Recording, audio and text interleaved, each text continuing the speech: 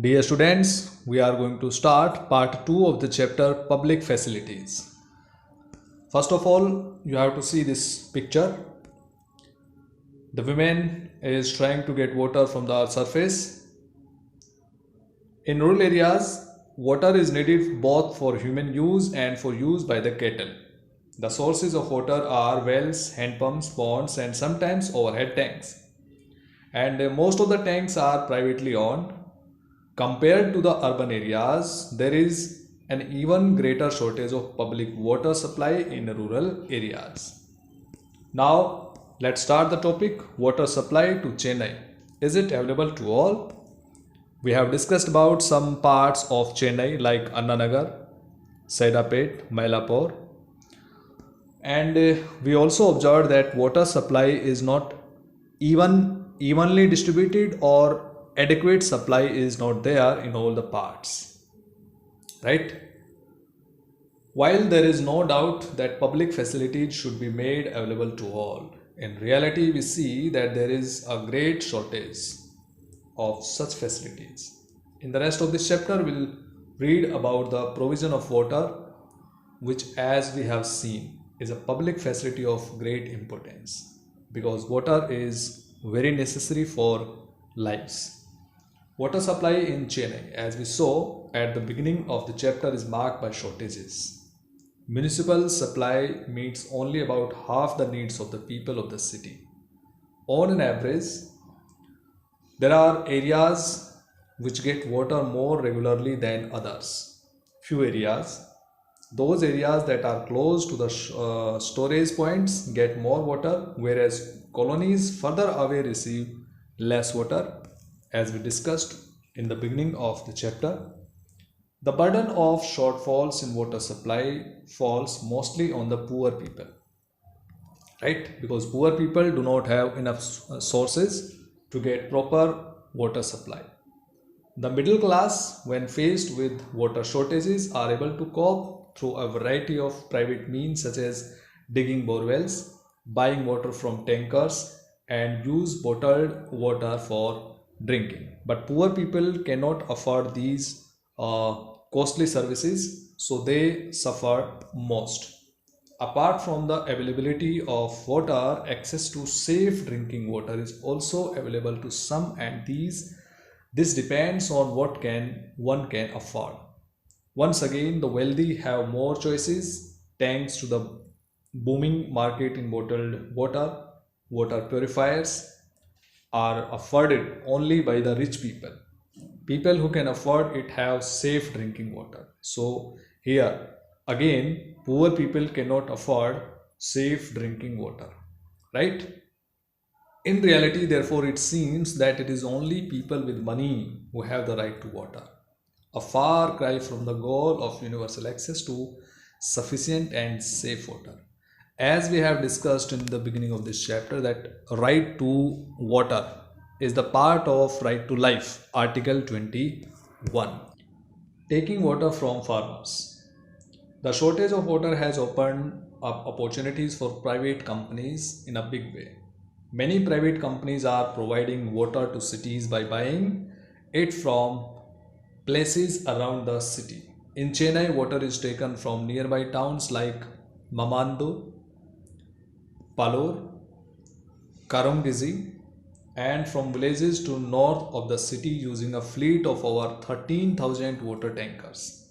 Every month, the water dealers pay farmers an average for the rights to exploit water sources on their land.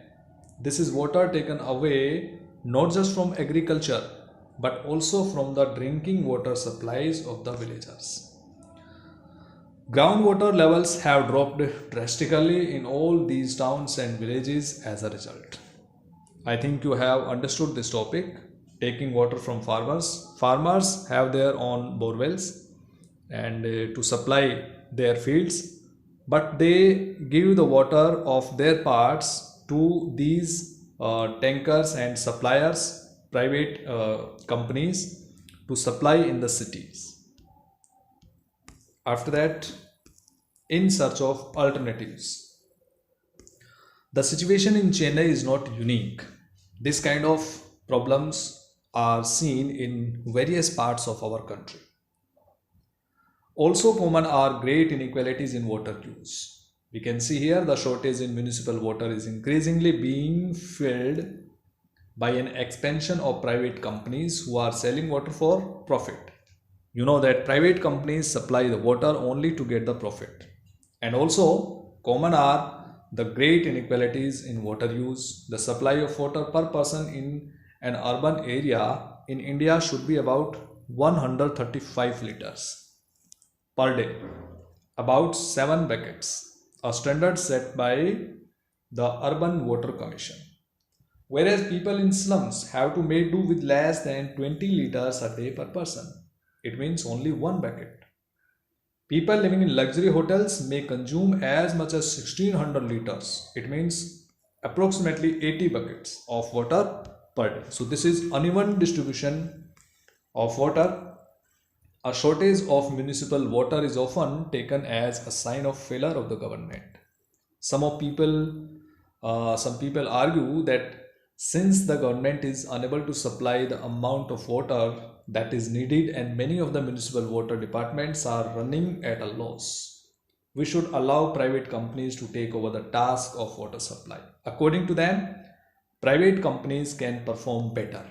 So this is also a big problem for the poor people, those who cannot afford the safe drinking water because of lack of supply of good quality water to the people, and because private companies are supplying water, and so that is costly. Consider the following facts. Throughout the world, water supply is function of the government. There are very few instances of private water supply. And second, there are areas in world where public water supply has achieved universal access. In a few cases where the responsibility for water supply was handed over to private companies, there was a steep rise in the price of water. We can see the example of Bolivia.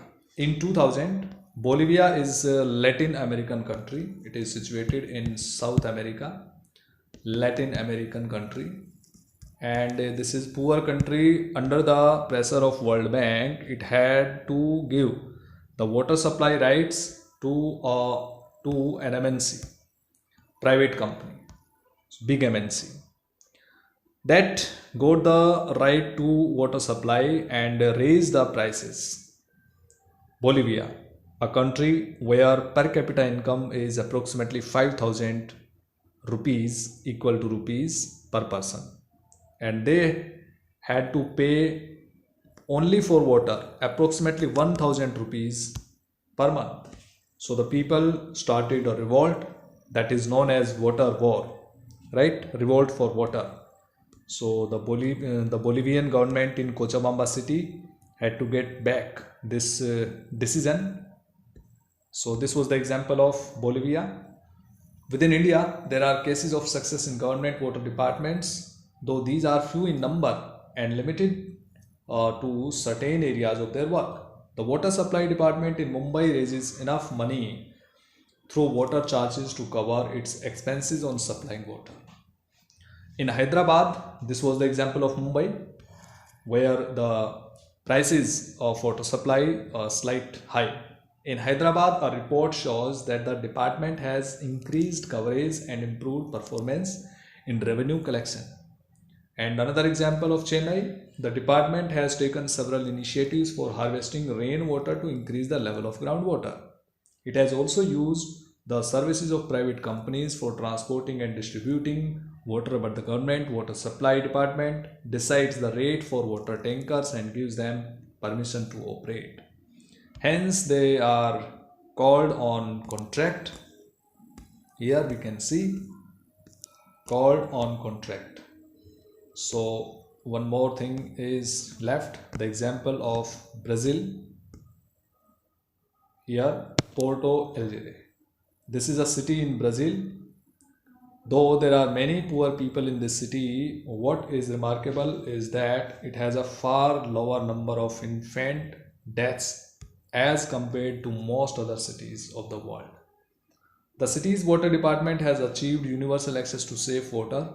and this is the main reason behind the lower number of infant deaths, because these deaths are recorded in India due to the lack of safe drinking water and water caused diseases. The average price of water is kept low and poor are charged half the basis rate.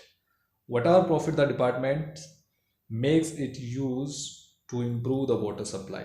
The working of the water department is transparent, and people can have a direct say in deciding which projects the department should take up. Through a process of public meetings, people hear what the managers have to say and also vote on their priorities. So in this way, the democratic way is adopted in supplying of water, and the major decisions are taken by involvement of the people. So this is good example of water availability in Brazil, Porto Alegre. Now this is extending sanitation facilities. Here is a quotation of Mahatma Gandhi: "Latrines for us," they exclaimed in astonishment. "We go and perform our functions out in the open. Latrines are for you big people." Mahatma Gandhi, recounting untouchables' grievances. Rajkot Sanitation Committee, 1896. Besides safe drinking water, sanitation is a must in prevention of waterborne diseases. Many diseases caused due to the poor quality of water and bad quality of sanitation. However, the sanitation coverage in India is even lower than that of water.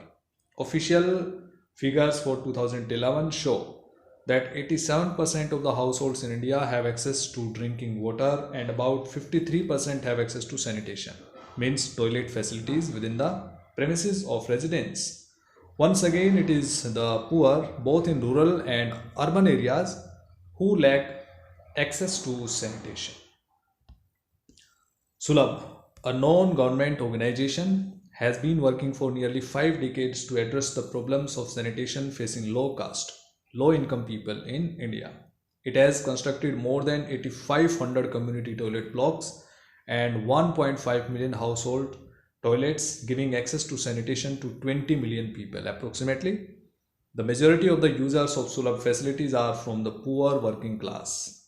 Sulabh enters into contracts with municipalities or other local authorities to construct toilets blocks with government funds. So this fund is used by the Sulabh, and these toilets and different kinds of other spots are prepared.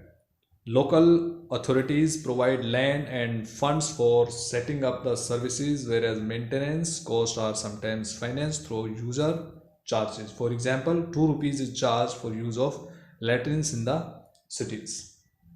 Next time you see a Sulabh toilet, you might want to find out yourself how it functions. Definitely you can go there and you can see what is the functioning.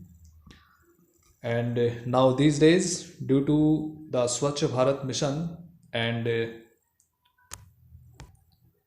ODF campaigns, ODF, open defecation free, right? So the situation has been changed due to the awareness of the people and steps taken by the government. Dear students, in this way we have completed this chapter. In the next video, we'll discuss about the next chapter. Thank you. Have a nice day.